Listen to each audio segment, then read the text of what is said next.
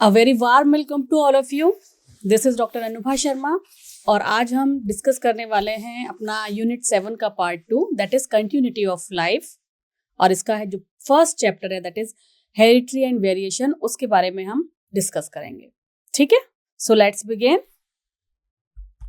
Yes, so in the last part जो हमने part 1 में देखा था हेरिडिटी एंड वेरिएशन, जो जेनेटिक्स का पहला पार्ट आप लोगों के साथ डिस्कस हुआ था, आप लोगों ने जो पढ़ा था उसमें हमने मेंडल के लॉ डिस्कस किए थे, राइट.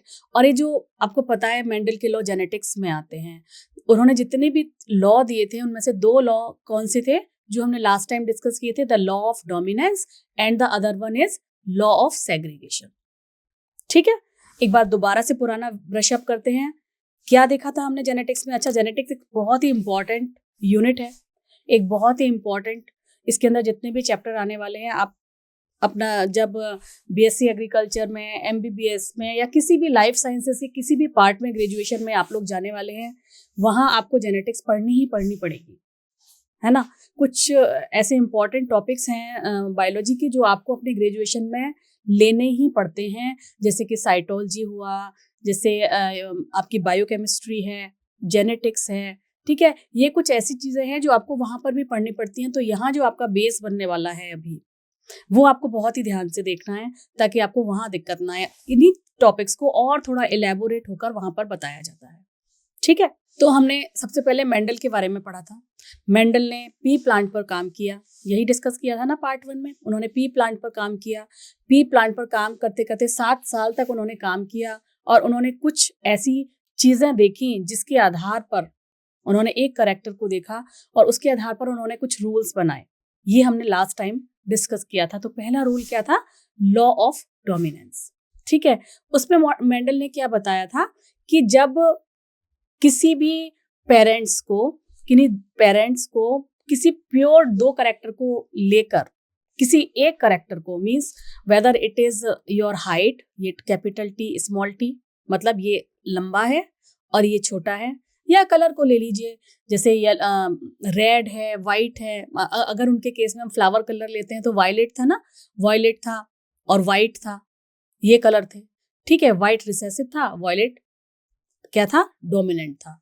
तो अगर किसी भी प्योर कंट्रास्टिंग कलर को लेकर क्रॉस कराया जाता है तो जो आपकी F1 जनरेशन होती है, यानी कि इन दोनों की जो प्रोजेनी होगी, यहाँ लिख देती हूँ, इन दोनों की जो प्रोजेनी होगी वो फिनोटिपिकली क्या शो करती है? डोमिनेटिंग कैरेक्टर वाला अपना जो चीज है, जो जीन है, वो एक्सप्रेस होता है और वो कंसील कर लेता है रिसेसिव कैरेक्टर को, इसको नहीं दिखने देगा.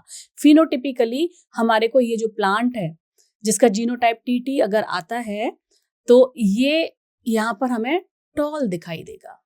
और इसी के आधार पर उन्होंने ये बताया था कि what is law of dominancy. ठीक है, तो he states that when parent with pure contrasting color trait are crossed together, only the dominant trait will appear as the phenotype of the next generation. जो next generation होगी, means यहाँ next generation किस लिए बोल रहे हैं? This is for F1 generation. उसके लिए बोला जा रहा है. फिनोटाइप टाइप में आपको डोमिनेंट करेक्टर दिखाई देगा, डोमिनेंट ट्रेट दिखाई देगा of a character. There is a difference between this trait and character. किसी भी एक करेक्टर के कई ट्रेट हो सकते हैं. ठीक है, जैसे कि स्किन कलर एक करेक्टर है. ठीक है, स्किन कलर ब्लैक भी हो सकता है, व्हाइट भी हो सकता है, व्हीटिश भी हो सकता है, डार्क ब्राउन भी हो सकता है. तो there are various kind of traits. समझ रहे हैं ना आप? तो there is a difference between trait and character. एक तो ये बात समझनी है. तो लॉ ऑफ डोमिनेंस में कौन किसको मास्क कर रहा है? डोमिनेंट ट्रेट रिसेसिव ट्रेट को कंसील्ड कर रहा है या मास्क आउट कर रहा है. ये उन्होंने लॉ ऑफ डोमिनेंस बताया था. फिर दूसरा बताया गया लॉ ऑफ सेग्रीगेशन. उन्होंने फिर से और F2 जनरेशन तक गए. F2 जनरेशन में उन्होंने देखा कि जो है सारे के सारे कैरेक्टर अपने आप को शो जरूर करते हैं. ठीक है, अपने आप को अगली जनरेशन में शो करेंगे. और शो करने में ये है कि किसी भी एक जीनोटाइप का जो गैमीट्स बन रहे हैं उसमें जो जीन है वो उस टाइम जीन टर्म तो खैर आया ही नहीं था, वो जो फैक्टर्स हैं वो सेपरेट आउट हो जाते हैं. ठीक है, तो सेग्रीगेट हो जाते हैं. इसके लिए उन्होंने कहा लॉ ऑफ सेग्रीगेशन. उन्होंने क्या कहा? इसको हटा देते हैं, फिर यहाँ पर आपको एक्सप्लेन करके बताएंगे. कि लॉ ऑफ सेग्रीगेशन में हमने क्या डिस्कस किया था in last part. According to this law of segregation only single copy of 2 gene copies present in a cell is distributed in each gamete like sperm और ova या egg cell. यानी कि अगर किसी फादर का, अगर ये कोई स्पर्म, कोई गैमीट है, किसी फादर का गैमीट है, हम मान लेते हैं कि किसी फादर का गैमीट है, तो वो होगा XY, है ना। तो एक जो बनेगा उसमें X आएगा गैमीट में और दूसरे में आएगा Y, यानी कि ये दोनों जो जीन है, ठीक है, ये जो दोनों फैक्टर्स हैं, यहाँ पर हम फैक्टर के बारे में बात करेंगे या कॉपी के बारे में बात करेंगे, वो कॉपीज सेपरेट आउट हो जाती हैं, सेग्रीगेट हो जाती हैं। या फिर अगर हम यहाँ पर इसकी बात कर लें, कोई टॉल प्लांट है जिसका इस तरीके का जीनोटाइप है, तो ये अपने गैमीट्स कैसे बनाएगा, एक जगह T चला जाएगा, एक जगह स्मॉल t चला जाएगा, ठीक है। हालांकि यहाँ पर मुझे लिखना चाहिए डबल T और डबल T, ये जीनोटाइप माना जाएगा, तो यहाँ पर जो गैमीट बनेंगे उसमें डबल तो आएंगे ना कम से कम, तो TT यहाँ आ जाएगा और यहाँ स्मॉल t आ जाएगा। तो according to law of segregation क्या हुआ कि only a single copy of 2 gene copies present in a cell is distributed in each gamete, ठीक है। जैसे X यहाँ आ गया है, Y यहाँ आ गया है, that is it produce an allocate of these gene copies is random, randomly वो किसी में भी आ सकता है। So the progeny will acquire 1 gene copy of each parent से एक कॉपी प्रोजेनी को मिलती है, यानी कि अगर ये XY है और यहाँ पर अगर हम मदर ले लें, ये है XX, ठीक है, तो इसके भी ऐसे ही होंगे, X यहाँ आ गया और X यहाँ आ गया, और ये दोनों मिलके फिर जो भी प्रोजेनी बनाते हैं वो बनाते हैं, यानी कि इस केस में X और Y। तो ये X कहाँ से आया है, ये मदर से आया है, Y कहाँ से आया है, ये फादर से आया है। तो एक इंडिविजुअल के अंदर, किसी एक पेरेंट के अंदर जो जीन्स थे, वो जो फैक्टर्स थे, मोर करेक्टली यहाँ पर अगर इनकी लैंग्वेज में बात करें तो वो सेग्रीगेट होते हैं अगली जनरेशन में, वो अपने आप को एक्सप्रेस करने के लिए सेग्रीगेट होते हैं। यहाँ पर मैंने वैसे XY वाला एग्जांपल आपको गलत ही ले दिया है, मेंडल के हिसाब से हमें टॉल ड्वार्फ वाला या कलर वाला एग्जाम्पल लेना चाहिए था, लेकिन चलिए आपको बात समझ में आनी चाहिए सेग्रीगेशन क्या है, ठीक है। तो इसी को लॉ ऑफ सेग्रीगेशन कहा मेंडल ने, ठीक है। ये इनका सेकेंड लॉ ऑफ इनहेरिटेंस था। उसमें उन्होंने बताया कि progeny will acquire 1 gene copy from each parent, तो हर पेरेंट में जो जीन हैं वो हर सेल में डिस्ट्रीब्यूट हो जाते हैं, रेंडमली डिस्ट्रीब्यूट हो जाते हैं और अलग अलग गैमीट्स में जाते हैं, स्पर्म और ओवा में अलग अलग जाते हैं। अब फिर इन्होंने तीसरा लॉ और दिया, उसका नाम है Mendel law of independent assortment. अब ये क्या है, ये हमें यहाँ पर डिस्कस करना है, ठीक है। आपको याद आ गया पार्ट 1 में हमने क्या किया था। तो Mendel's law of independent assortment के लिए उन्होंने किया डाई हाइब्रिड क्रॉस। अभी तक मेंडल ने किसी एक कैरेक्टर को लेकर वो चल रहे थे, उसके बेसिस पर ही वो मोनो हाइब्रिड क्रॉस करते थे, उसके बेसिस पर F1 जनरेशन देखा, F1 जनरेशन में डोमिनेटिंग कैरेक्टर आ रहा है, लॉ ऑफ डोमिनेंस हो गया। F2 जनरेशन जब सेल्फिंग करा दी उसी से हाइब्रिडाइजेशन करा दिया, तो फिर 4 तरीके के प्लांट मिले, लेकिन हर जीन ने अपने आप को एक्सप्रेस किया, ठीक है। वो जो है सेग्रीगेट हो गए जीन वहां पे। फिर उन्होंने कहा कि चलो भाई अब हमें किसी 2 कैरेक्टर को लेकर चलते हैं, तो उसके केस में उन्होंने डाई हाइब्रिड क्रॉस किया और उसमें उन्होंने पी प्लांट के ही डिफरेंट 2 कैरेक्टर्स ले लिए, और उनके बीच में क्रॉस कराया। तो उन्होंने कुछ ऐसे सीड लिए जो कि येलो कलर के सीड एंड उनकी जो शेप है, यानी उन्होंने कलर भी लिया एंड शेप भी ली, right, as a character. One is colour, another is shape. So yellow colour and round shape, YYRR, and another one is green colour and wrinkle shape. 2 set ले लिए, yellow colour and round and green color and wrinkled. Mendel found that the seed of resulting from these crossing, इन दोनों को जब इन्होंने cross कराया तो Mendel ने देखा कि जो क्रॉस करने के बाद जो हमारी F1 जनरेशन मिली है उनको, वहां पर उसका कलर कैसा था, उसका कलर था येलो, राउंड शेप, येलो था और राउंड शेप था। और इसके बेसिस पे उन्होंने कह दिया कि भाई क्योंकि F1 जनरेशन में येलो और राउंड आया है, इसका मतलब हम ये कह सकते हैं कि ये जो येलो कलर है वो डोमिनेटिंग है ग्रीन के ऊपर, है ना, और जो ये राउंड शेप है वो डोमिनेटिंग है रिंकल के ऊपर। ठीक है, तो इसकी तरह तो जो यहाँ तक है वहां तक तो उनको वैसा ही रिजल्ट मिला जैसा कि उनको मोनोहाइब्रिड क्रॉस में मिला था, क्योंकि वहां पर भी उनको डोमिनेटिंग करेक्टर मिल रहे थे F1 जनरेशन में। ठीक है, अब और इनका रेशियो क्या रहा, रेशियो वही रहा कि जो 3/4 F2 जनरेशन में प्लांट्स थे वो येलो सीड वाले थे और 1/4 ग्रीन वाले थे। ठीक है, तो and yellow and green colour आपस में सेग्रीगेट हुए, लेकिन F2 जनरेशन में जो कलर था वो आपस में सेग्रीगेट हो गया, F1 में नहीं हुआ। F1 में डोमिनेटिंग दिख रहे थे, लेकिन F2 में वो सेग्रीगेट हो गए। येलो एंड रेड कलर इनका भी 3:1 रेशियो आया, और उनकी शेप जो थी राउंड एंड रिंकल उसका भी 3:1 रेशियो आया, जैसा कि मोनोहाइब्रिड क्रॉस में आता है। इसके लिए हम इस डायग्राम से इस बात को अच्छे से समझ सकते हैं। तो P1 जनरेशन का जो जीनोटाइप है डोमिनेटिंग वाला वो ये है, YYRR, this is for colour, this is for shape. ठीक है, एंड रिसेसिव वाला है small y small y small r small r। जब इन दोनों के बीच में क्रॉस कराया गया तो इन F1 generation Y capital Y small r capital R small r, this is the genotype and phenotype would be yellow colour. ठीक है, अब इनकी जब सेल्फिंग कराई तो कौन कौन से गैमेट्स बन जाएंगे इनके साथ, इनके साथ 4 तरीके के गैमेट्स बनेंगे। देखिए, सबसे पहले हमने RR कैपिटल ले लेते हैं, यहाँ कैपिटल R, यहाँ कैपिटल R, यहाँ पे Y कैपिटल ले लिया, यहाँ Y स्मॉल ले लिया। अब चलिए यहाँ पे RR स्मॉल ले लेते हैं, ले लिया यहाँ पर RR स्मॉल। इसी तरीके से गैमेट्स आप बनाएंगे, कितने बन सकते हैं इससे गैमेट्स। यहाँ पर कैपिटल ले लिया, यहाँ स्मॉल ले लिया। सिमिलरली हमने यहाँ पर गैमेट्स बना दिए फ्रॉम द हेट्रोजाइगस पेरेंट। यहाँ पर इस सिचुएशन में हेट्रोजाइगस पेरेंट है ना, राइट। यहाँ पर क्योंकि डोमिनेटिंग करेक्टर वाले जीन्स भी हैं और रिसेसिव करेक्टर वाले जीन्स भी हैं, तो हेट्रोजाइगस पेरेंट हैं। अब इन दोनों का जब करेंगे तो पुनेट स्क्वायर से कैसे करेंगे हम, this into this, so you will get capital Y capital R capital R। now this and this capital Y small r capital R। इस तरीके से जब इन्होंने पूरा ये पुनेट स्क्वायर फिल किया तो F2 जनरेशन में ही विल गेट, उनको क्या मिला फिनोटाइप, इस तरीके का 9:3:3:1 वाला रेशियो इनको मिला।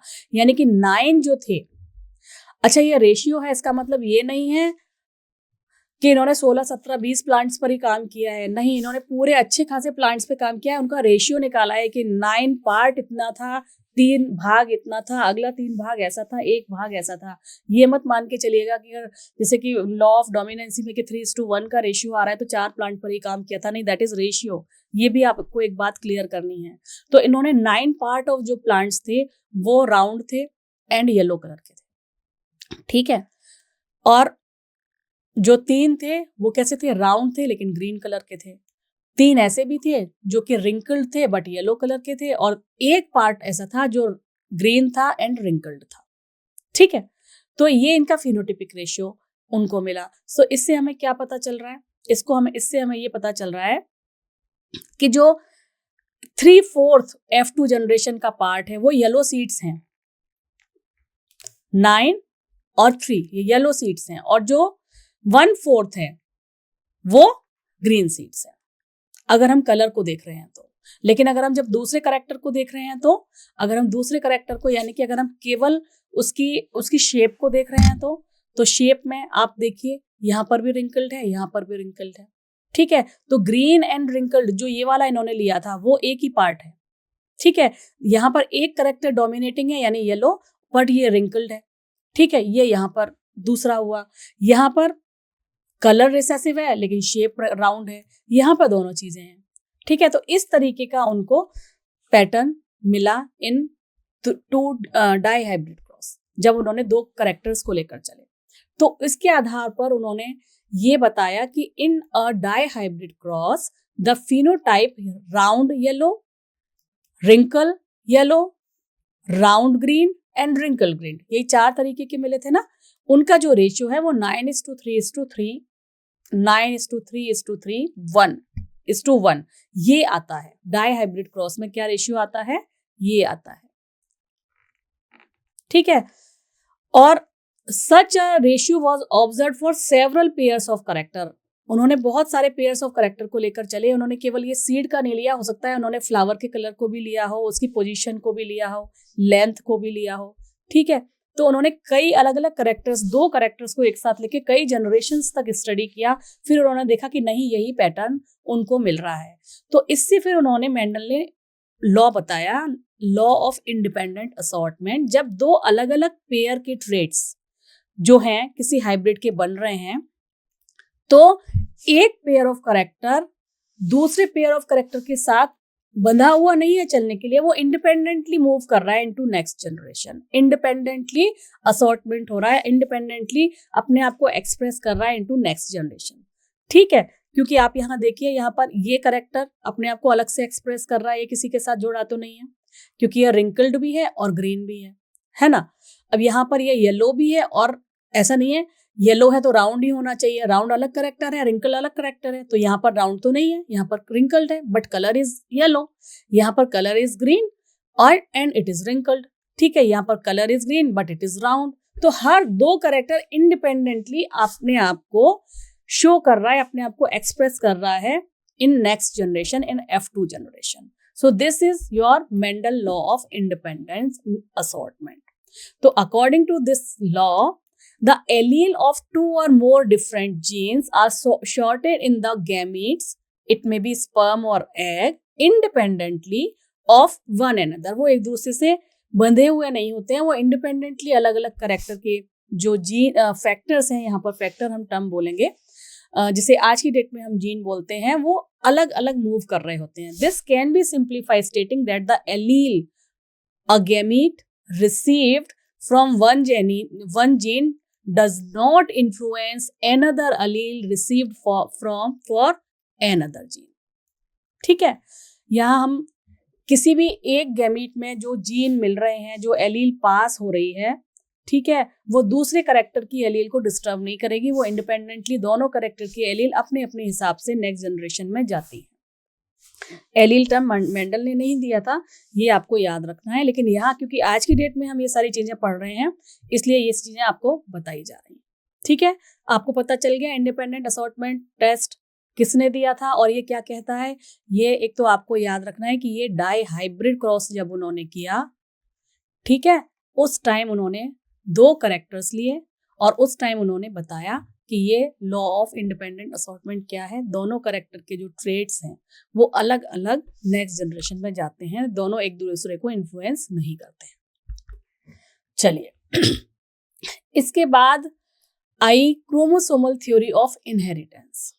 मेंडल ने इतना सारा काम किया, अब इतना सारा काम करने के बाद भी मेंडल को कई सालों तक 1865 में उन्होंने काम किया और 1900 तक मतलब इनका काम उतना ज़्यादा रिकॉग्नाइज नहीं हुआ, ये it remain unrecognized. There are certain reasons कि क्यों उनका रिकॉग्नाइज नहीं था। एक तो उस टाइम पर communication was not that much easy. आज की डेट में तो व्हाट्सएप है, आपका तरह तरह के इलेक्ट्रॉनिक मीडिया हैं, ठीक है, तो कम्युनिकेशन उतना अच्छा नहीं था और जिस लैंग्वेज में उन्होंने लिखा हुआ था वो भी इतनी ज़्यादा लोग नहीं जानते थे, तो कम्युनिकेशन इतना इजी नहीं था, तो उनका जो वर्क है वो पूरे ऑल ओवर वर्ल्ड बहुत अच्छे से पब्लिशाइज ही नहीं हो पाया। सबसे पहला रीज़न ये था। दूसरा, उन्होंने जो कंसेप्ट ऑफ जीन दिया था, मीन्स फैक्टर, वो उनके कॉन्टेम्परेरी और जो साइंटिस्ट थे वो एक्सेप्ट करने को तैयार नहीं थे, तो वो एक्सेप्टेड नहीं था उस टाइम पर उन लोगों को। इसके बाद उन्होंने बायो में मैथ्स लगाई थी, है ना, तो वो उस टाइम पर स्टैटिस्टिक तो थी नहीं, वहाँ उस टाइम ये सोच ही नहीं पाते थे। बहुत पुरानी बात है, 1865 की बात है कि मैथ, आप बायोलॉजिकल एक्सपेरिमेंट में आप मैथ्स भी लगा सकते हैं, तो वो एक्सेप्ट ही नहीं कर रहे थे। Use of mathematics to explain biological phenomena, that is not acceptable to many, तो उन्होंने वहां पर अपोज कर दिया इनका। और वो कोई फिजिकल प्रूफ नहीं दे पाए थे इस बात का कि फैक्टर्स कुछ होते हैं। लोगों ने कहा बताओ फैक्टर हैं, तो वो कहाँ हैं, किस जगह पर है, दिखाओ, तो वो उस चीज का कुछ प्रूफ नहीं दे पाए थे। तो देयर आर सर्टेन रीजंस कि उनकी अपनी लाइफ में उनको उतना रिकॉग्निशन नहीं मिला, उतना नेम एंड फेम नहीं मिला जितना आज की डेट में उनकी डेथ के बाद कुछ और साइंटिस्ट ने उनके ही काम को दोबारा किया अलग अलग जगहों पर, और फिर उनको भी जब सेम रिजल्ट्स मिले तो उन्होंने उनके काम को रिकॉग्नाइज किया। और इसी में पहला टर्म आता है क्रोमोसोमल थ्योरी ऑफ इनहेरिटेंस, जो हम अब पढ़ेंगे। तो ये जो क्रोमोसोमल थ्योरी ऑफ इनहेरिटेंस है, ये तीन बहुत ही इंपॉर्टेंट साइंटिस्ट हैं, इस पर क्वेश्चन बनता है। De Vries, Correns and von Tschermak, इन तीनों ने क्रोमोसोमल थ्योरी ऑफ इनहेरिटेंस दी। और इन तीनों ही साइंटिस्ट में 19वीं शताब्दी में 1900 में इंडिपेंडेंटली रीडिस्कवर किया मेंडल का रिजल्ट। मेंडल के रिजल्ट्स को उन्होंने दोबारा से काम किया और फिर देखा कि भाई इनके रिजल्ट उससे मैच होते हैं या नहीं। क्योंकि जब इन्होंने काम किया उस टाइम पर इनको क्या बेनिफिट था, इनको ये बेनिफिट था कि उस टाइम पर माइक्रोस्कोपी आ चुकी थी। जो साइंटिस्ट हैं वो आराम से सेल डिवीजन देख पा रहे थे। वो देख रहे थे कि सेल डिवीजन से पहले क्या होता है कि न्यूक्लियस जो है 2 में डिवाइड हो जाता है, ठीक है। कुछ वहां पर स्ट्रक्चर आता है, बड़ा होता है और वो 2 में डिवाइड हो जाता है। जब उन्होंने ये देखा, फिर उन्होंने कहा कि यार इसमें है क्या ऐसा जो ये दिख रहा है न्यूक्लियस के अंदर। तब उन्होंने ये टर्म भी दिया क्रोमोसोम। उन्होंने कहा कि these were chromosomes, coloured body कुछ स्टेनिंग करके दिखाई दी, सेल डिवीजन आ गई थी, माइक्रोस्कोपी आ गई थी, तो वो चीजों को देख पा रहे थे और फिर वो रिलेट कर पा रहे थे अपने काम को मेंडल के काम के साथ, ठीक है। तो इन तीनों ने देखा, काम किया और उसके बाद उन्होंने कहा कि भाई इनका काम तो कुछ ऐसा लग रहा है कि पहले मेंडल ने जो काम किया है वो सही कह रहे हैं, क्योंकि यहाँ पर भी क्रोमोसोम जो है सेल डिवीजन से पहले डुप्लीकेट होते हैं। वहां वो भी कह रहे थे मेंडल कि जो फैक्टर हैं वो डबल होते हैं और इंडिपेंडेंटली अगली जनरेशन में जाते हैं। तो यहाँ पर भी सेल डिवीजन के बाद आधा पार्टी तो एक दूसरे में जाता है। तो इस तरीके से इन्होंने काम रिलेट किया। ऐसी 2 और साइंटिस्ट थे वॉल्टर सटन एंड बोवेरी। इन्होंने भी इंडिपेंडेंटली जो है अब मेंडल का जो काम है वो किया, इंडिपेंडेंटली काम किया, दोबारा से ये देखने के लिए कि उनके जो रिजल्ट्स हैं वो सही थे या गलत थे या क्या था। तो उन्होंने ये देखा कि उनके फैक्टर्स भी बिल्कुल जैसे क्रोमोसोम का बिहेवियर है, बिल्कुल क्रोमोसोम जैसे क्या होता है क्रोमोसोम में, G1 होता है, साइकिल आपने पढ़ी है ना, साइकिल की G1 S G2 है ना, फिर माइटोटिक और मेयोटिक डिवीजन, यही सीक्वेंस है ना। तो यहाँ एस फेज में आपके क्या होता है, डुप्लीकेशन होता है कि नहीं, डुप्लीकेशन ऑफ डीएनए डबल हो जाता है यहाँ पे आके और फिर वो आगे जाके डिवाइड हो जाता है। तभी तो एक माइटोसिस में क्या होता है, एक सेल से 2 सेल्स बन जाती हैं और दोनों में क्या होता है, क्रोमोसोम एक प्रेजेंट होता है। कैसे होता है, क्योंकि यहाँ पर डुप्लीकेशन वो पहले ही एस में कर रहा है, ठीक है। मियोसिस में क्या होता है, 1 से 4 बनते हैं, मगर वहां पर हैप्लॉइड होती हैं, लेकिन वो डिवाइड होंगे तभी तो उन्होंने देखा कि जो क्रोमोसोम जिस तरीके से डबलिंग हो रही है और फिर वो डिवाइड होके ईच सेल में जा रहे हैं, वैसे ही ईच प्लांट में भी जो प्रोजेनी है उसमें भी दोनों के कैरेक्टर आ रहे हैं। तो उन्होंने अपने काम को उन्होंने देखा कि ये जो जीन्स हैं जो कि जिसे वहां उस टाइम उन्होंने फैक्टर कहा था वो बिल्कुल क्रोमोसोम जैसा ही बिहेव कर रहे हैं, तो वो उसी तरीके से मूव कर रहे हैं जैसे क्रोमोसोम मूव करते हैं। तो इन्होंने उसको कंफर्म किया कि नहीं भाई उन्होंने जो काम किया है वो सही काम किया है। ये देखिए, ये मैंने डायग्राम आपको यहाँ पर दिया हुआ है, इसमें वही जो मैं आपको अभी बता रही थी कि G1 फेज फिर एक है, ठीक है। यहाँ पे डुप्लीकेशन हो गया, यहाँ पर बीच में एस फेज आएगा और फिर डुप्लीकेशन हो गया, ये बाइवेलेंट बना। बाइवेलेंट बनने के बाद जो क्रोमोसोम है एनाफेज पर आए, फिर मियोसिस 2 में, ये मियोसिस इन्होंने शायद दिखाया हुआ है, राइस मियोसिस दिखा हुआ है, यानी कि ये जर्म सेल्स की बात हो रही है। तो एनाफेज में ये देखिए एस्टर से सेपरेट आउट हो जाएंगे, ये दोनों अलग सेपरेट आउट हो जाएंगे, ये दोनों अलग सेपरेट आउट हो जाएंगे। तो एक सेल से 4 सेल मिल जाएंगी और चारों में अपना अपना डीएनए है, अपना अपना क्रोमोसोम है। तो उन्होंने यही कहा कि pairing and separation of a pair of chromosome would lead to the segregation of a pair of factors, यानी कि जैसे क्रोमोसोम पेयरिंग कर रहे हैं और सेपरेट हो रहे हैं इन सेल डिवीजन मियोसिस में, वैसे ही ये फैक्टर्स भी होते होंगे। तो उन्होंने अपना जो काम किया क्रोमोसोम पर, उन्होंने जो काम किया उसको और मेंडल के काम को दोनों को मिलाकर उन्होंने फिर क्रोमोसोमल थ्योरी ऑफ इनहेरिटेंस बताई कि कैसे इनहेरिटेंस एक character 1 generation to another generation pass होता है, क्रोमोसोम के थ्रू पास होता है, क्योंकि पेरेंट्स से कैरेक्टर्स जो है वो प्रोजेनी में कैसे जाते हैं बिकॉज ऑफ मियोसिस, क्योंकि वहां पर जो क्रोमोसोम्स हैं वो अपने आप को पहले डुप्लीकेट करते हैं फिर सेग्रीगेट होते हैं। तो जैसे क्रोमोसोम सेग्रीगेट हो रहे हैं, पेयरिंग कर रहे हैं, फिर सेपरेशन कर रहे हैं, यही बात वो फैक्टर्स की फॉर्म में मेंडल कहना चाह रहे थे। ठीक है, क्लियर हो गया? ओके। इसके बाद एक और साइंटिस्ट हैं जो वेल नोन साइंटिस्ट हैं जेनेटिक्स में, जिनका नाम है TH Morgan, Thomas Hunt Morgan, ये उनका फोटो है। ये भी एक्सपेरिमेंटली वेरीफाई कर रहे थे, ये जो chromosomal theory of inheritance in लोगों ने दी थी उसको। उसके लिए उन्होंने जो एक्सपेरिमेंटल एनिमल है वो अलग लिया। उन्होंने एक्सपेरिमेंटल एनिमल में एक फ्लाई ले ली जिसका नाम है ड्रोसोफिला मेलानोगास्टर। इन्होंने इसके ऊपर काम किया। उन्होंने क्यों इसको चुना? किसी भी एक्सपेरिमेंटल प्लांट लेना है या एनिमल लेना है तो हमें वो बहुत ही ध्यान से चूज करना पड़ता है कि हम यही हमारा एक्सपेरिमेंटल एनिमल क्यों होगा। क्योंकि लेबोरेटरी में काम करना है, आपको एक सीमित दायरे में काम करना है तो आपको उसकी कई जनरेशन, बायोलॉजी में कई जनरेशन स्टडी करनी पड़ेंगी। जब कोई चीज stably one generation to another जाएगी तब हम उसे बोलेंगे, और उसको मेंटेनेंस ज़्यादा अच्छी, बहुत ज़्यादा ध्यान ना देना पड़े। तो कुछ फैक्टर्स होते हैं, उसके आधार पर ये डिसाइड होता है कि हमें किस चीज़ को अपना एक्सपेरिमेंटल एनिमल, एक्सपेरिमेंटल बैक्टीरिया और एक्सपेरिमेंटल प्लांट लेना है। ठीक है, तो इन्होंने ड्रोसोफिला क्यों लिया? क्योंकि ये आराम से सिंपल सिंथेटिक मीडियम में ग्रो हो जाती है, पहला कारण। दूसरा, इसकी जो है लाइफ स्पाइन शॉर्ट है। जैसे पी प्लांट डार्विन ने लिया था इसीलिए क्योंकि शॉर्ट लाइफ स्पान थी उसकी, आराम से, उसकी भी मेंटेनेंस ज़्यादा नहीं थी पी प्लांट की। ठीक है, उसमें हम क्रॉस पॉलिनेशन और सेल पॉलिनेशन आराम से करा पा रहे थे। कई कंट्रास्टिंग उनको मिल गए थे करेक्टर। ठीक है, तो वो ऐसे ही मैंने आपको पार्ट 1 में बताया उन्होंने पी प्लांट क्यों लिया था। ऐसे यहाँ पर भी कुछ रीजन है कि उनके सिंथेटिक मीडियम, सिंपल मीडियम में वो ग्रो हो जाता है, लाइफ स्पान शॉर्ट है, और एक ही मीटिंग में बहुत सारी प्रोजेनी, बहुत सारी जो है वो स्टडी करने के लिए नेक्स्ट जनरेशन की प्रोजेनी फ्लाइज दे देती हैं। और इसमें मेल और फीमेल को डिफ्रेंशिएट करना बहुत ईजी है क्योंकि उनके फिनोटिपिक कैरेक्टर्स अच्छे थे कि आराम से हम बता सकते हैं कि ये मेल है या फीमेल है। एंड इनमें बहुत सारी हेरिडिटरी वेरिएशन इनको मिल गई। तो इतनी सारी क्वालिटीज इसके अंदर थी। दिस इज द रीजन कि टी.एच. मॉर्गन ने ड्रोसोफिला मेलानोगास्टर को अपना एक्सपेरिमेंटल इंसेक्ट क्यों लिया। ठीक है, ये देखिए, ये है दो फ्लाई, ये है white I brown body and this is red I brown body. ये रेड आई है, ये वाइल्ड टाइप है, और ये म्यूटेटेड है वाइट आई। इसको अपना एक्सपेरिमेंटल इंसेक्ट इन्होंने लिया था।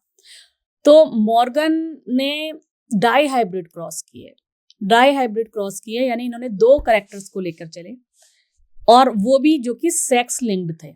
उन सारे कैरेक्टर्स को लिया जो कि सेक्स लिंक्ड थे, उनके बीच इन्होंने क्रॉस कराया, जैसे कि मेंडल ने पी प्लांट पे क्रॉस कराया था सिमिलर वे में। तो इन्होंने मॉर्गन ने क्या देखा कि येलो बॉडी ले ली एक तो, अच्छा ये येलो बॉडी है एंड वाइट आई, ये this is yellow body and white आई,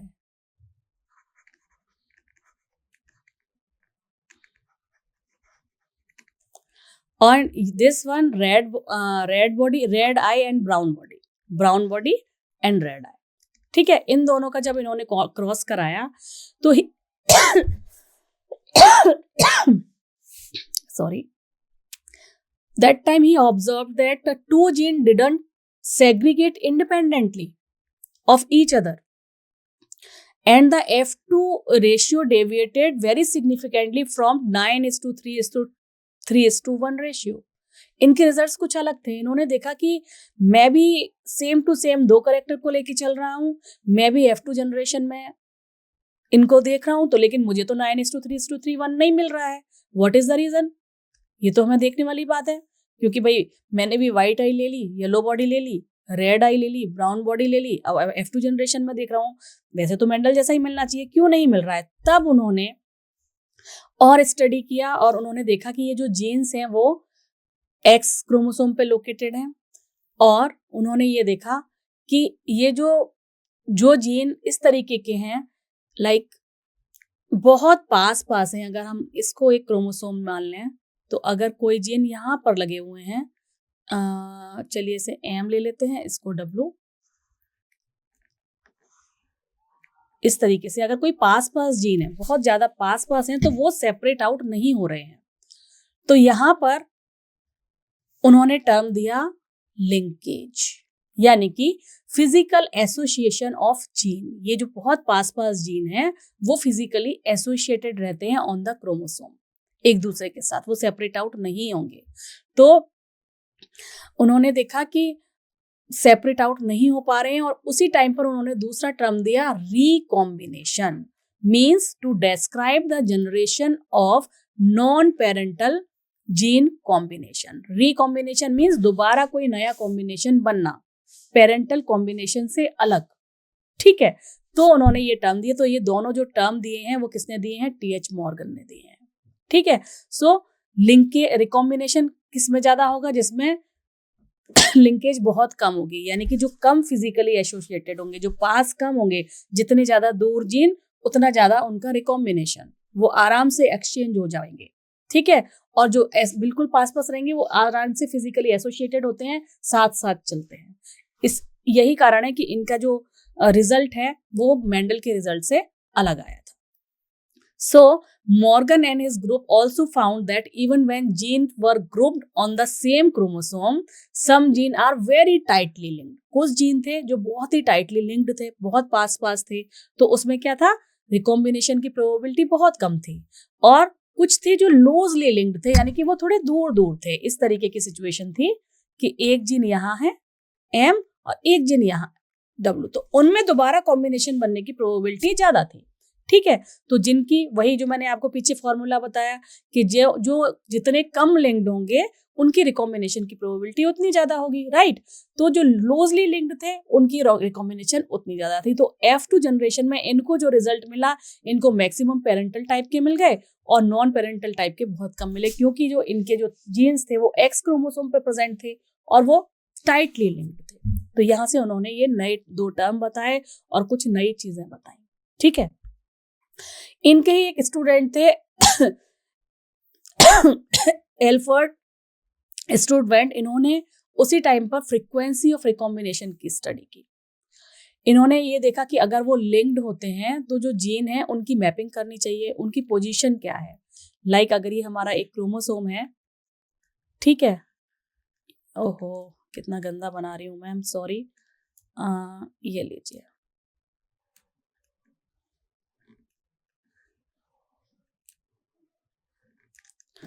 तो इनकी पोजीशन क्या है, इस तरीके से इनमें जीन लगे होंगे। जीन का मतलब यहाँ पर जीन टर्म आ चुका है हमारा, ठीक है। यहाँ पर हम एलील टर्म को भी जानते हैं, यहाँ हम रिकॉम्बिनेशन टर्म को भी जानते हैं।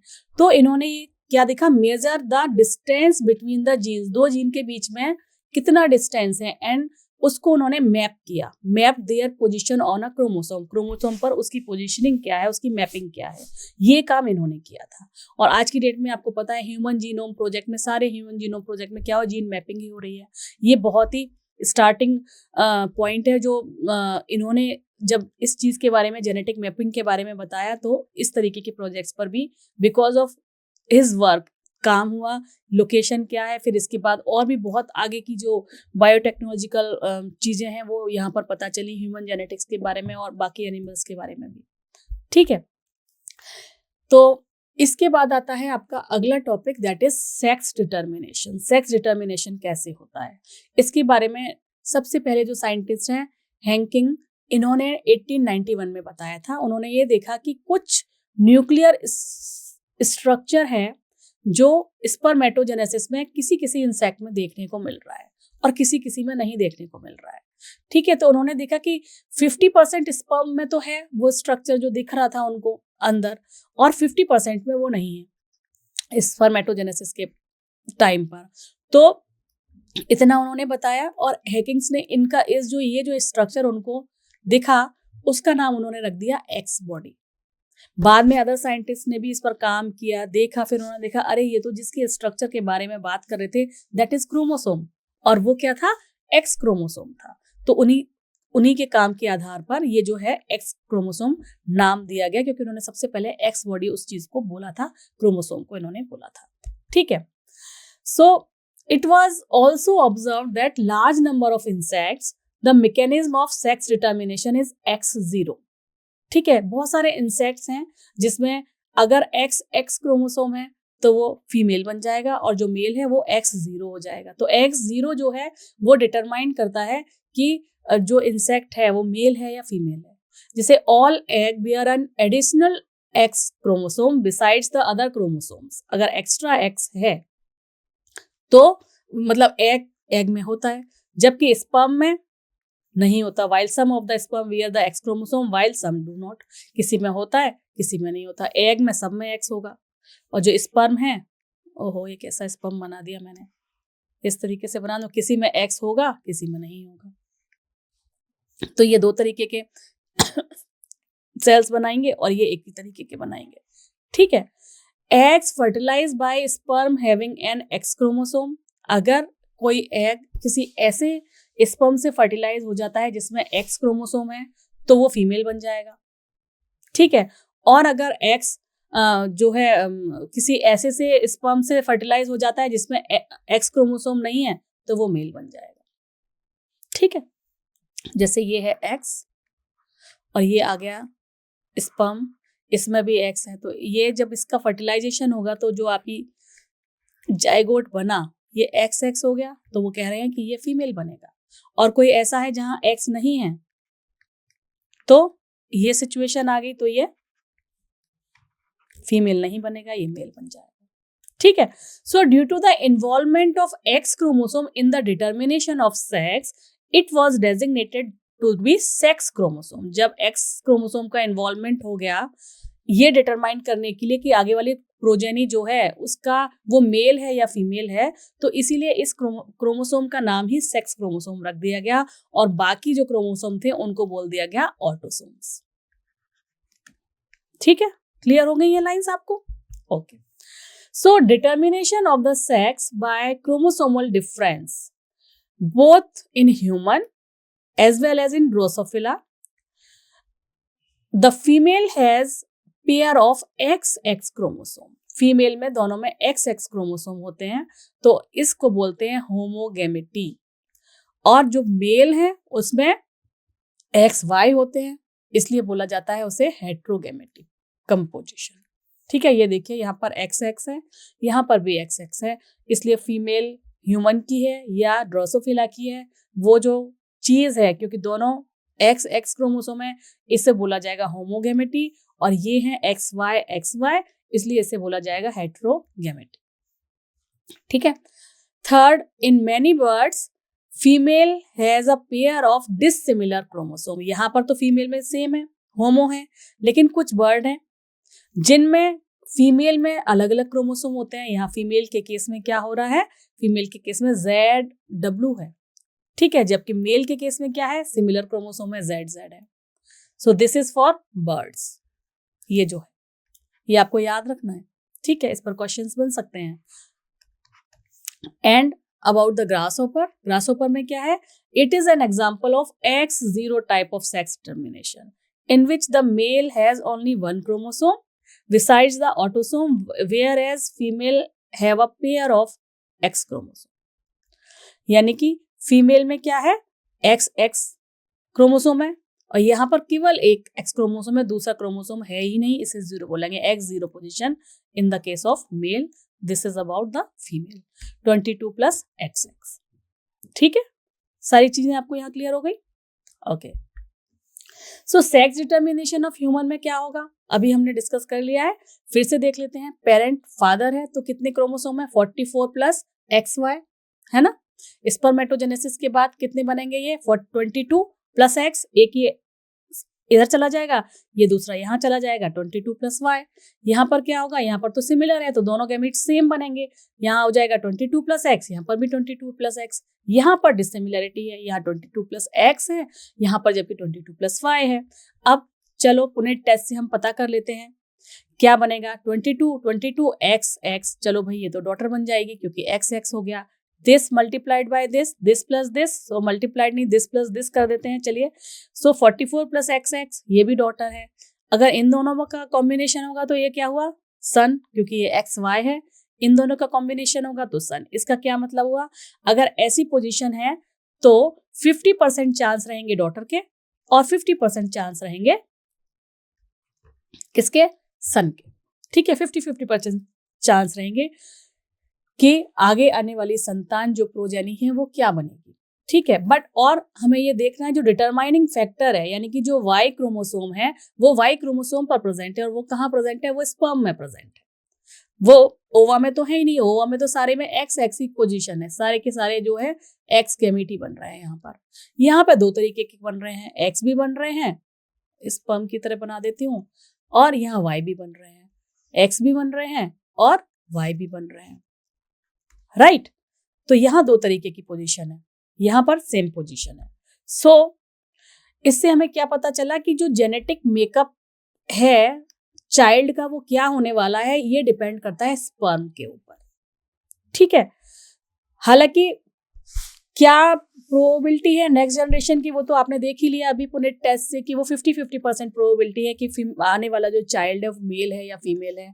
लेकिन अपनी जो सोसाइटी है वो अनफॉर्चुनेटली कुछ जो इलिटरेट लोग हैं या किसी तरीके से पुरानी सोच की हैं, वो ये सोचते हैं कि फीमेल्स आर रेस्पॉन्सिबल कि भाई उसके बच्चा क्या हुआ है, और सोशली उसको ब्लेम किया जाता है कि भाई तरह तरह से कि ये बच्चा लड़का नहीं दे पाई हमें, ये नहीं कर पाई, वो नहीं कर पाई, सोशल स्टिग्मा उस पर के ऊपर लगाया जाता है, जबकि लेडीज पर ये डिपेंडेंट ही नहीं है, बायोलॉजिकली ही डिपेंडेंट नहीं है, ये बायोलॉजिकली डिपेंडेंट मेल पर है, पर मेल भी इसमें रेस्पॉन्सिबल नहीं है। किसका फ्यूजन होगा और क्या अगली प्रोजेनी बनेगी ये तो कोई भी नहीं जानता है ना। प्रोबेबिलिटी दोनों की 50-50% रहती है। सो इस तरीके की जो स्टिग्मा है वो हमारे समाज में जो है वो because of lack of knowledge है, जो नहीं होने चाहिए, ठीक है। अगला टॉपिक जो हमारा है दैट इज म्यूटेशन। म्यूटेशन क्या होता है भाई?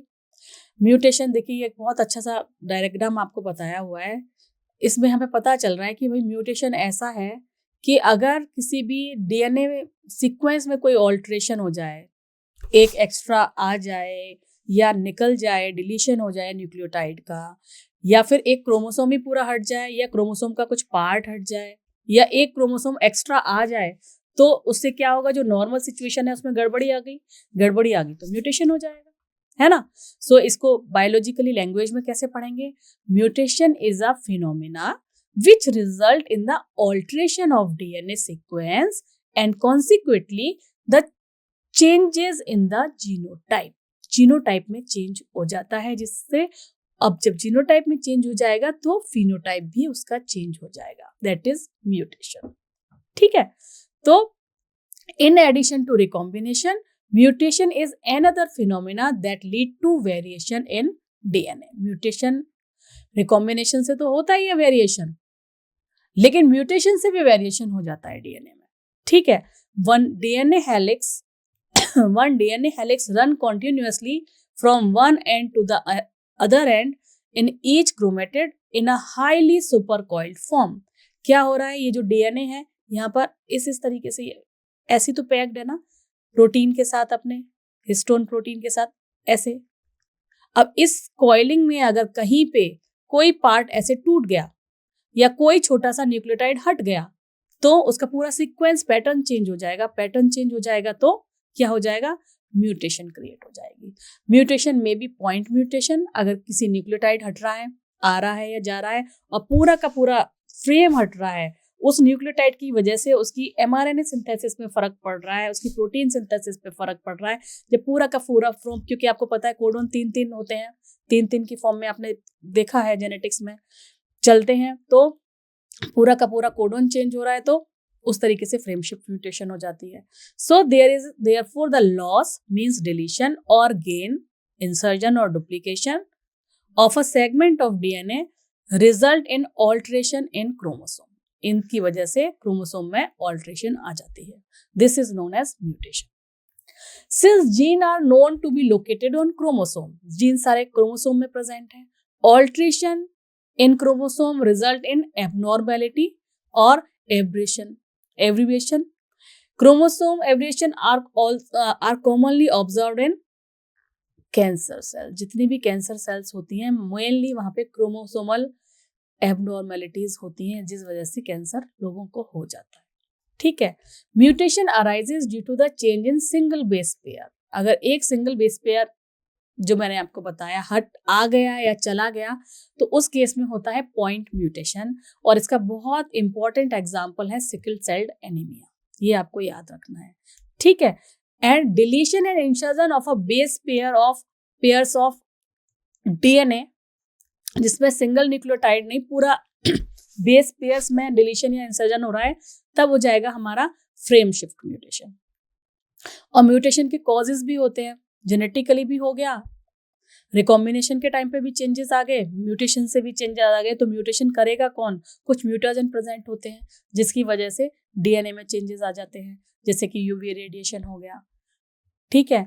और भी तरह तरह के केमिकल्स आजकल चल पड़े हैं, वो भी होते हैं, जिससे बहुत सारे म्यूटेशंस लोगों की बॉडी में हो जाते हैं।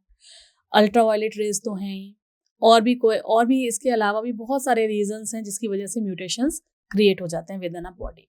ये मैंने 2 पिक्चर्स यहाँ पर आप लोगों के लिए डाले हुए हैं। पॉइंट म्यूटेशन देखिए, ये कोडॉन है, कोडॉन में like AAA, TAG, AGG, AG, ACG, ये पैटर्न आ रहा है डीएनए का। अब अगर इस T की जगह, थायमिन की जगह यूरासिल आ जाए, ठीक है, यूरासिल आ गया एमआरएनए में कोई भी एक चेंज हो सकता है, यहाँ पर G को चेंज कर दिए, GC को चेंज कर दिए, किसी भी एक को चेंज कर देंगे तो क्या हो जाएगा? उसका पॉइंट म्यूटेशन हो जाएगा, वो यहाँ इसकी जगह कुछ और आ जाएगा। अगर कुछ और आ जाएगा तो वो जो इसको काम करना चाहिए वो काम नहीं करेगा, कुछ और ही पैटर्न बनेगा। फ्रेम शिफ्ट में क्या हो जाएगा? कोई एक चला गया यहाँ से, तो पहले इन तीनों का जोड़ा बन रहा था, इन तीनों का बन रहा था, इन तीनों का बन रहा था, और उसी के हिसाब से एमआरएनए बन रहा था, उसी के हिसाब से प्रोटीन बन रही थी। ऐसा ही तो होता है। डीएनए टू क्या होता है? डीएनए टू एमआरएनए, है ना, और एमआरएनए टू प्रोटीन, यही तो पैटर्न है हमारा। तो अब ये अगर फ्रेम चेंज हो गया, सी फॉर एग्जाम्पल यहाँ से टी हट जाता है किसी भी रीजन से, ठीक है, तो अब इन तीनों का बनेगा फ्रेम। फ्रेमिंग किसकी बनेगी? अब फ्रेमिंग बनेगी इन तीनों की। तो क्या फ्रेमिंग होगी? HEF, then ATC, then ATC। देखिए ये वाली फ्रेमिंग बन रही है ना, तो ये म्यूटेशन हो गया, यानी कि जो बनना चाहिए था वो नहीं बन रहा, कुछ और ही बन रहा है, तो म्यूटेशन इसमें क्रिएट हो जाती है। आई होप ये आपको क्लियर है। चलिए, तो इस तरीके से म्यूटेशन क्रिएट होती है। अच्छा, अब कुछ जेनेटिक डिसऑर्डर्स के बारे में बात कर लेते हैं। तो सबसे पहले है हमारा पेडिग्री एनालिसिस। पेडिग्री एनालिसिस जो है वो किस केस में किया जाएगा? अब जैसे अगर कोई जेनेटिक डिसऑर्डर है, बहुत सारे कैरेक्टर्स अभी तक हमने देखे, डिस्कस हुए हैं इन दिस चैप्टर, तो वो प्लांट्स में तो आसान है करना, मक्खियों पर भी आसान है करना, इंसेक्ट्स पर, मगर अगर ह्यूमन की बात होगी तो हम उसकी कितनी जनरेशन स्टडी कर सकते हैं, और हम कह भी नहीं सकते हैं भाई इसका इसके साथ इंटरेक्शन करा दो तो अगली जनरेशन देखेंगे, फिर देखेंगे, ऐसा तो पॉसिबल है नहीं।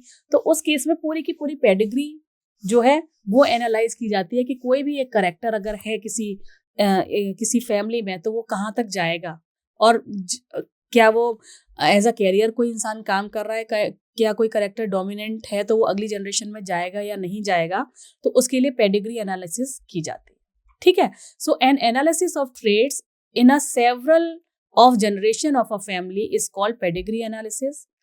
It shows the inheritance of a particular trait is represent in the family tree over generations. कोई भी एक trait है, हर जनरेशन में अगर आ रहा है तो उसे इसके द्वारा ही स्टडी किया जाता है। In human genetics, it help to trace the inheritance of a specific trait, abnormality or a disease. जैसे किसी परिवार में अगर कोई मेंटली रिटार्टेड बच्चा है किसी एक जनरेशन में, तो क्या वो नेक्स्ट जनरेशन में भी फैमिली में किसी भी आ सकता है या नहीं, या उसकी नेक्स्ट जनरेशन में क्या ये जेनेटिकली चेंजेस आ गए हैं कि वो हर जनरेशन में चीज़ पास हो पाएगी, या केवल जेनेटिक्स में नहीं आ पाए हैं, किसी और रीजन से उसी जनरेशन तक रहेगा, या कोई स्किन का कलर है, कोई स्किन की एलर्जी है, वो जेनेटिकली है, या कोई डिजीज है लाइक डायबिटीज है, वो हर जनरेशन में आ रही है, या किसी एक जनरेशन में उसकी खुद की खान पान की हैबिट की वजह से है। तो इस तरीके की कोई भी एबनॉर्मेलिटी, डिजीज या कोई स्पेसिफिक ट्रेट को अगर हमें स्टडी करना होगा तो पेडिग्री एनालिसिस की जाती है। पेडिग्री एनालिसिस की देयर आर सर्टेन सिंबल, जैसे कि अगर मेल को रिप्रेजेंट करना है तो स्क्वायर में रिप्रेजेंट कर दीजिए, फीमेल को सर्कल में कर दीजिए, अगर किसी एक स्पेसिफिक ट्रेट से कोई अफेक्टेड है तो उसको हम ब्लैक कर सकते हैं। इस तरीके का मीटिंग के लिए होता है। इस तरीके का हम 1 बोलेंगे first generation, second generation, right, and this is identical to these are the symbols, ठीक है। पेडिग्री चार्ट कैसे बनाते हैं? इस तरीके से पेडिग्री चार्ट, इसमें हाफ अगर हमने कर दिया है coloured, what does it mean कि ये जो है इसमें डोमिनेंट कैरेक्टर नहीं है, it act as a carrier, both male and female, ठीक है। तो 2 कैरियर की अगर इंटरेक्शन होता है दो कैरियर के बीच में, अगर प्रोजेनी उनकी कैसी होगी इंटरेक्शन के बाद, तो अब जहां ये दोनों लाइक ये एक्स वाई है, ये एक्स एक्स है, सो एक्स एक्स अगर यहाँ चले गए तो जो फीमेल आएगी वो पूरी तरीके से इस पर्टिकुलर ट्रेट से अफेक्टेड होगी, ठीक है, बाकी नहीं होंगे। अब ये पूरी तरह से अफेक्टेड अगर किसी नॉर्मल मेल से काम के साथ अगर इनका इंटरेक्शन होगा तो उसके बाद जो प्रोजेनी बनेंगी वो कैसी बनेंगी, तो सारी की सारी क्या बन रही हैं, कैरियर बन रही हैं। तो इस तरीके से किसी ट्रेट को रिप्रेजेंट करने के लिए दीज आर द सिंबल्स, और इस तरीके से पेडिग्री चार्ट बनता है जिसके थ्रू पता चलता है कि कोई भी character one generation to another generation कैसे पास होगा, ठीक है। Next is your Mendelian disorder. तो मेंडेलियन डिसऑर्डर को, जेनेटिक डिसऑर्डर को दो में क्लासिफाई किया गया है। फर्स्ट जो मेंडेलियन रूल के हिसाब से चल रहे हैं, दूसरे हैं क्रोमोसोमल डिसऑर्डर, क्रोमोसोम के हिसाब से चल रहे हैं। तो मेंडेलियन डिसऑर्डर में क्या हो रहा है, ऑल्ट्रेशन और mutation in a single gene. These disorders are transmitted to the offspring on the same lines as we have studied in the principle of inheritance. ये जो हैं एक जनरेशन से दूसरी जनरेशन में बिल्कुल वैसे ही ट्रांसफर होते हैं जैसे कि प्रिंसिपल ऑफ इनहेरिटेंस में हमने पढ़ा था, ठीक है। Mendelian disorder can be traced by pedigree analysis. Pedigree analysis के थ्रू हम मेंडेलियन डिसऑर्डर को ट्रेस कर सकते हैं। और इसके एग्जाम्पल्स क्या हैं, इसके एग्जाम्पल हैं जैसे कि हीमोफीलिया हो गया, सिस्टिक फाइब्रोसिस हो गई, sickle cell anaemia, colour blindness, phenylketonuria, thalassaemia. There are certain genetically linked disease जो one generation to another generation pass होती हैं, पर वो फॉलो पेडिग्री एनालिसिस से बिल्कुल मेंडेलियन डिसऑर्डर की फॉर्म में हम उसे मेंडेलियन जो प्रिंसिपल इनहेरिटेंस है उसके थ्रू ही ये one generation to another generation pass होती हैं, और जिसे हम पेडिग्री एनालिसिस जो कि हमने इस तरीके से करनी है, हम we can trace it out, okay. ये जो करेक्टर हैं, दीज मे बी डोमिनेंट और may be recessive. Pedigree analysis से हमें पता चल जाएगा कि वो डोमिनेटिंग है या रिसेसिव है। अगर कोई ट्रेट सेक्स क्रोमोसोम के साथ लिंक्ड है, जैसा कि हीमोफीलिया में होता है, तो हम उसे एक्स लिंक्ड रिसेसिव ट्रेट कहेंगे। और जब वो एक्स लिंक्ड रिसेसिव होगा तो यहां पर अगर मान लीजिए यहां पर ट्रेट है तो यहां पर फीमेल तो कैरियर का काम करेगी, लेकिन अगर ये एक्स वाई के साथ अगर हमने इसको क्रॉस कराया तो जहां पर ये एक्स ये वाला वाई बनेगा, ये क्या होगा, यहां पर इफेक्ट डोमिनेट हो जाएगा और यहां पर वो अपना फिनोटिपिकल अपीयरेंस या अपना जो उसका जो करेक्टर है उस पर्टिकुलर जीन का वो दिखाएगा, ठीक है। तो हीमोफीलिया में ऐसा ही होता है कि यहाँ पर जो है फीमेल जो है वो एक्ट एज अ कैरियर, जबकि मेल जो है ये इसमें इसका करेक्टर दिख जाता है। हीमोफीलिया में देखिए क्या होता है, हीमोफीलिया में नॉर्मल ब्लड वेसल इस तरीके की है, लेकिन हीमोफीलिया में ब्लड की क्लॉटिंग नहीं हो पाती है, ब्लड क्लॉटिंग बहुत मुश्किल से रुक पाती है। वहां पर एक जीन होता है वो इस बीमारी के लिए रेस्पॉन्सिबल है, ठीक है। तो एक नॉर्मल ब्लड वेसल है, कोई हेमरेज हुआ, किसी तरीके से कट हो गई, थोड़ी देर बाद वो क्लॉट हो गई, नॉर्मल हो गया आदमी। लेकिन हीमोफीलिया में क्या होगा, इनएबिलिटी टू क्लॉट हो ही नहीं पाएगा। So this sex linked recessive disease which shows its transmission from unaffected carrier female to some of the male progeny has been widely studied. In this case, in this particular disease, a single protein that is a part of the cascade of proteins involved in the clotting of blood is affected. Blood clotting में जो होते हैं वो जो है यहाँ पर responsible होते हैं। Due to this in an affected individual a simple cut will result a non stop bleeding होती है। In this particular case the heterozygous female जो मैंने अभी आपको बताया ऐसी वाली जिसके एक एक्स क्रोमोसोम में इसका जीन है और दूसरे में नहीं है, act as a carrier for haemophilia, may transmit this disease to his अपने हर सन, अपने बेटे को ये ट्रांसफर कर सकती है कैरियर, ठीक है। अब यहाँ पर देखिए बता रहे हैं कि ये जो कैरियर है वो अपने बेटे को ट्रांसफर कर सकती है, ये सफर करेगा, जबकि ये अगर दूसरे में भी जाएगा तो ये जो बेटी है वो XX है ना, ये बेटी है, तो ये अगेन कैरियर का काम करेगी। लेकिन यहाँ पर चूंकि X लिंक डिजीज है तो यहाँ पर वो अपना रंग दिखाएगा, अपना कैरेक्टर शो करेगा। तो जो बेटा है वो हीमोफीलिया से ग्रसित हो जाएगा। ठीक है, और ये जो पेडिग्री एनालिसिस है ये क्वीन विक्टोरिया की फैमिली में थी, हीमोफीलिया वाली, जो वहां पर फिर स्टडी भी किया गया था कि ये एक generation to next generation pass होती है। नेक्स्ट जो डिजीज है डिसऑर्डर है, that is sickle cell anaemia. ये है autosome linked recessive trait, autosome linked recessive trait that can be transmitted from parent to offspring when both the partners are carried for the gene। अगर दोनों ही partner act as a carrier तो ये अपने offspring में transfer कर देंगे। अगर मतलब कि अगर दोनों के दोनों क्या है, हेट्रोजाइगस है। ठीक है, एक एक जीन में है, एक एक में नहीं है, लेकिन जो उनसे प्रोजेनी बनेगी उसमें अगर जिसमें दोनों आ गए जीन, वहां पर ये ट्रांसमिट कर देंगे। This disease is controlled by a single pair of allele known as HBA and HBS। ये जो है इससे कंट्रोल्ड होती है। Out of 3 possible genotype only homozygous individual means HBS and HBS, ये जो होमोजाइगस इंडिविजुअल है वो डिजीज को शो करता है, डिजीज्ड फिनोटाइप शो करता है। हेट्रोजाइगस जो है जिसमें नॉर्मल है और सिकल सेल्ड वाला नहीं है, वहां पर अनअफेक्टेड रहेगा या फिर बहुत ही कम शो करेगा। ये अनअफेक्टेड रहेगा या बहुत ही कम शो करेगा। सो यहाँ पर भी 50% प्रोबेबिलिटी बनती है। ठीक है, ओके। ये देखिए ये डायग्राम क्या बता रहा है, ये नॉर्मल ब्लड वेसल है RBC, ये है sickle sailed, double conclave type इस तरीके की बन जाती हैं ये। इसमें क्या हो रहा है, इसकी 6th पोजीशन पर ये जो जीन है, जीन क्या है, अ पीस ऑफ DNA। ठीक है, इस जीन की 6th पोजीशन पर ये जो ग्लूटामिक एसिड है ये ना बन के वेलिन आ जाता है। और वो क्यों आ जाता है, क्योंकि यहाँ पर चेंजेस आ जाते हैं, यहाँ पर चेंजेस आ जाते हैं। नॉर्मली GAG से कॉम्बिनेशन हो चाहिए CTC। ठीक है, GAG ये आएगा, यहाँ पर उल्टा हो गया, यहाँ पर एडेनिन की जगह थाइमिन लग गया, तो फिर यहाँ पर एडेनिन आ गया। तो इसकी वजह से ये जो यहाँ पर पोजीशन हुई mRNA में, यहाँ पर चेंजेस आ गए, रिजल्टेड आपके अमीनो एसिड में भी चेंज आ गए। 6th पोजीशन पर वेलिन लग गया।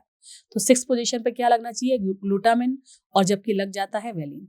तो उस चक्कर में यहाँ पर पॉइंट म्यूटेशन हो गया और उसकी वजह से सिकल सेल एनीमिया हो जाता है। Micrograph of red blood cell of amino acid composition ये आपको यहाँ पर दिखाया गया है। The defect is caused by the substitution of glutamic acid by valine at the 6th position। ये दिखाया ना अभी आपको बीटा ग्लोबिन चेन में हीमोग्लोबिन की। तो उससे क्या हो रहा है, the substitution of amino acid in the globin protein results due to the single base substitution at the 6th codon of beta globin gene from GAG to GUG। The mutant hemoglobin molecule undergoes polymerization under low oxygen tension, causing the changes in the shape of RBC। उसकी जो है polymerisation हो जाता है, जब mutated हो गई वो हीमोग्लोबिन तो पॉलीमराइजेशन हो जाएगा, तो इसकी वजह से उस RBC की जो शेप होनी चाहिए थी वो चेंज हो जाती है और इसकी शेप हो जाती है इलोंगेटेड सिकल्ड टाइप की। बाइकॉन्केव होता है ना, वैसे तो हमारा RBC बाइकॉन्केव होता है। ये देखिए बाइकॉन्केव स्ट्रक्चर होता है, ये कैसा हो गया, सिकल टाइप का, लंबा सिकल टाइप का स्ट्रक्चर, इलोंगेटेड स्ट्रक्चर इसका हो जाता है। Next is phenylketonuria। What is this phenylketonuria? This is an inborn error of metabolism, is also inherited as the autosomal recessive trait. This is an autosomal recessive trait. The affected individual lack an enzyme that convert the amino acid phenylalanine to tyrosine। Phenyl aniline से जो tyrosine बनना चाहिए वो नहीं बन पाता है, because इसके बीच को इस मेटाबॉलिज्म को करने के लिए, ये एक मेटाबॉलिक पाथवे का पार्ट है, बीच में जो एंजाइम लगेगा वो डिफेक्टिव हो जाता है, तो फिनाइल एनिलीन टायरोसिन में कन्वर्ट नहीं हो पाता। जब वो कन्वर्ट नहीं हो पाता है तो उसकी आगे की सारी चीजें गड़बड़ हो जाती हैं, है ना। क्या हो जाएगा इससे, ये जो फिनाइल एलिनिन है वो एक्यूमुलेट हो जाएगा, एक्यूमुलेट हो जाएगा तो वो किस में कन्वर्ट हो जाएगा, वो कन्वर्ट हो जाता है फिनाइल पायरुविक एसिड में। और जब ये एक्यूमुलेट हो जाएगा तो ये ब्रेन में जाएगा और ब्रेन में जाके डिसफंक्शनैलिटी करेगा, वो जो इंसान है वो मेंटली रिटार्टेड हो जाएगा। और फिनाइल एलिनिन जो ये टायरोसिन है ये किस लिए रेस्पॉन्सिबल होता है, ये कलर के लिए रेस्पॉन्सिबल होता है। तो जब ये बन ही नहीं पाएगा तो क्या होगा, उस इंसान को कलर भी उसका अलग वाइटिश कलर हो जाएगा, चिकत्ते पड़ जाएंगे, इस तरीके की फिनोटाइपिक एक्सप्रेशंस उसके आ जाएंगे। ये भी करेगा कि यूरिन जो है, these are also secreted through the urine, urine के थ्रू भी ये सिक्रीट होगा, क्योंकि इसकी जो है किडनी जो है पूरी तरीके से इसको एब्जॉर्ब भी नहीं कर पाती है। सो this is about the phenyl ketonuria. ये क्या है, ये भी मेटाबॉलिक पाथवे में एक जगह एबनॉर्मेलिटी आ जाती है जिसमें फिनाइल एलिनिन टायरोसिन में कन्वर्ट नहीं हो पाता है। इस एग्जाम्पल के थ्रू आप समझ सकते हैं ये फिनाइल एलिनिन का स्ट्रक्चर है और ये हमारा टायरोसिन का। मेन यहाँ आती है probability with this enzyme phenyl alanine hydroxylase. Hydroxylase ये जो एंजाइम है ये यहाँ नहीं बन पाएगा, तो ये जो है इसमें कन्वर्ट नहीं होगा, कन्वर्ट नहीं होगा तो ये क्या होगा, एक्यूमुलेट होगा, एक्यूमुलेट होगा तो ये तरह तरह की दिक्कतें उस पर्टिकुलर इंसान में करता है, उस पर्टिकुलर जो इंडिविजुअल है उसमें करता है। ये एक जीनोम के थ्रू बताया हुआ है कि ये यहाँ पर प्रेजेंट होता है। अब अगर दो इंडिविजुअल है जो अनअफेक्टेड कैरियर है, दिस इज अगर, तो इस पर भी फर्क नहीं पड़ रहा, यहाँ पर भी पड़ नहीं रहा, लेकिन जब इनकी मेटिंग होगी, मेटिंग होके सबके कितने कितने परसेंट चांसेस हो जाते हैं, सबके चांसेस हो जाते हैं ये 25%, है ना, 25%, ये 25%, 25%, 25%, ठीक है, अनअफेक्टेड 25% रहेंगे, 25 जो हैं, या हम 50 कह सकते हैं, ये कैरियर बनेंगे दोबारा, और एक होगा 25% जो पूरी तरीके से अफेक्टेड होगा, वहां पर ये डिजीज दिखाई देगी। ठीक है, तो next topic is chromosomal disorder. अभी हम मेंडेलियन देख रहे थे डिसऑर्डर, अब हम देख रहे हैं chromosomal disorder. The chromosomal disorder are caused due to the absence or excess abnormality or arrangement of one or more chromosome. या तो क्रोमोसोम एब्सेंट होगा कोई एक, या एक से ज्यादा होगा, उसको क्रोमोसोमल डिसऑर्डर बोलते हैं। क्या है, एब्सेंस और एक्सेस अरेंजमेंट्स ऑफ वन और मोर क्रोमोसोम्स। ठीक है, failure of segregation of chromatids, अगर क्रोमेटिड सेल डिवीजन के टाइम पे सेग्रीगेट नहीं हो पा रहे हैं, सेपरेट आउट नहीं हो पा रहे हैं, तो एक ही सेल में ज्यादा रह गए, वहां एबनॉर्मेलिटी हो जाएगी। और किसी तरीके से लॉस हो गया किसी क्रोमोसोम का तो भी हो जाएगी। ठीक है, तो इस सिचुएशन को एन्यूप्लॉइडी कहते हैं। जब एक्स्ट्रा कॉपी अगर किसी क्रोमोसोम की आ जाए, like in down syndrome, chromosome 21 में एक्स्ट्रा कॉपी आ जाती है तो एक तरीके की एबनॉर्मेलिटी बन जाती है जिसे डाउन सिंड्रोम कहते हैं। एक दूसरे तरीके के सिंड्रोम्स होते हैं जिसमें क्या होता है, एक एक्स क्रोमोसोम होता ही नहीं है, लॉस कर देता है वो किसी तरीके से जेनेटिकली एक क्रोमोसोम को। उस तरीके के केस में एक दूसरे तरीके के सिंड्रोम बनते हैं जिन्हें बोलते हैं टर्नर सिंड्रोम। एक तीसरे तरीके की एबनॉर्मेलिटी होती है जिसमें कि साइटोकाइनेसिस नहीं हो पाती, मल्टीप्लिकेशन साइटो हो गया, माइटोसिस मियोसिस के बाद मल्टीप्लिकेशन हो गया, डुप्लीकेशन हो गया, यानी कि क्रोमोसोम ज्यादा हो गए, वो सेपरेट होने थे दो सेल्स में, लेकिन साइटोकाइनेसिस नहीं हो पाई। साइटोकाइनेसिस नहीं हो पाई तो क्या हुआ, उसमें क्रोमोसोम नंबर बढ़ गए, इंक्रीज हो गए, है ना। तो उस तरीके की भी एक स्टेज होती है, सिंड्रोम्स बनते हैं। और जब बहुत ज्यादा क्रोमोसोम्स हो जाते हैं तो इसे हम क्या बोलते हैं, पॉलीप्लॉइडी बोलते हैं, जब पूरा सेट बढ़ जाए। और अगर इस तरीके से तीन तरीके की हमारे को एबनॉर्मेलिटीज दिखाई देती हैं। ठीक है, so total number of chromosome कितने हैं ह्यूमन बीइंग में, 46 हैं।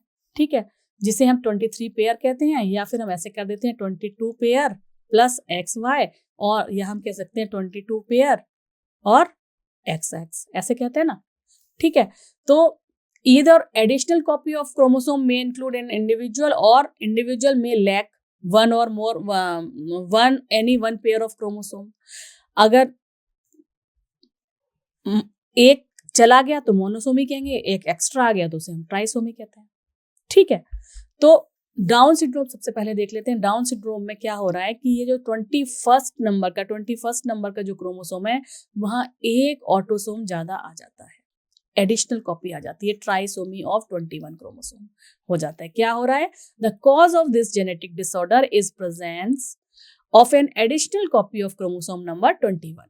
ठीक है, और ये सबसे पहले इन्होंने बताया था, लैंगडन डाउन ने, इसीलिए इनके नाम पर ही इस सिंड्रोम का नाम रखा गया। और इस तरीके के जो बच्चे पैदा हो जाते हैं उनके ये कुछ फिजिकल फीचर्स हैं, जैसे कि ब्रॉड फ्लैट फेस होगा, उनको कंजेनाइटल हार्ट डिजीज बार बार होगी, फ्लैट हेड होगा, लूप्स होंगे हाथों में, बहुत सारी झुर्रियाँ होंगी हाथ पैरों में। तो इस तरीके की एबनॉर्मलिटीज उस तरीके के बेबीज में दिखाई देती हैं। दूसरे तरीके की जो सिंड्रोम होते हैं उन्हें बोलते हैं क्लाइनीफेल्टर सिंड्रोम। इसमें क्या होता है कि एक एक्स क्रोमोसोम एक्स्ट्रा हो जाता है। यहाँ देखिए इसमें कैरियोटाइपिंग में ये देखिए एक एक्स क्रोमोसोम ज्यादा है। ठीक है, तो इस जेनेटिक डिसऑर्डर में additional copy of X chromosome है, तो यानी कि वैसे तो एक्स वाई था, मेल था, लेकिन एक एक्स क्रोमोसोम ज्यादा हो गया, तो इसके अंदर अब हमें क्या भी दिखाई देगा? इसके अंदर अब हमारे को फीमेल के कैरेक्टर भी दिखाई देंगे, यानी कि इसमें प्रोमिनेंट ब्रेस्ट भी दिखाई देगा, और जो भी फीमेल के कैरेक्टर हैं वो यहाँ पर और दिखाई देंगे। अब यहाँ पे ना तो मेल के पूरी तरीके से कैरेक्टर, मेल के तो होंगे ही, फीमेल के कैरेक्टर भी यहाँ पर दिखाई देते हैं, जैसे कि फेमिनाइन डेवलपमेंट होगा, इसका मस्कुलर डेवलपमेंट भी होगा। और लेकिन इस तरीके के जो इंडिविजुअल हैं वो स्टेराइल होते हैं, वो फर्टाइल नहीं होते हैं। तो इनका जीनोटाइप क्या रहा? XXY हमें याद रखना है। जबकि डाउन सिंड्रोम का क्या रहा? डाउन सिंड्रोम का एक्स्ट्रा 21 क्रोमोसोम, 21 ट्राइसोमी यहाँ पर हो रही है। ठीक है, the third one is Turner syndrome. इसमें क्या हो रहा है? देखिए, इसमें एक एक्स क्रोमोसोम गायब हो गया है, तो इसका जीनोटाइप क्या है? X0। ठीक है, ये एबनॉर्मलिटी क्या है? डिसऑर्डर क्या है? Absence of 1 x chromosome means 45 plus X0। तो इस तरीके की जो फीमेल है तो ये फीमेल वाई तो नहीं है ना यहाँ पर, मगर ये स्टेराइल होंगी, क्योंकि इनकी जो ओवरीज हैं वो पूरी तरीके से डेवलप नहीं हुई होंगी। जो अदर फीचर्स होंगे, सेकेंडरी सेक्सुअल कैरेक्टर होंगे, वो भी उतने तरीके से नहीं डेवलप होंगे। ठीक है, सो this is all about the your chapter 1 part 2। I hope ये आपको सारे टॉपिक्स एकदम से क्लियर हो गए हैं। If you still have any query, you can write down it comment box, we will discuss it later on. Thank you.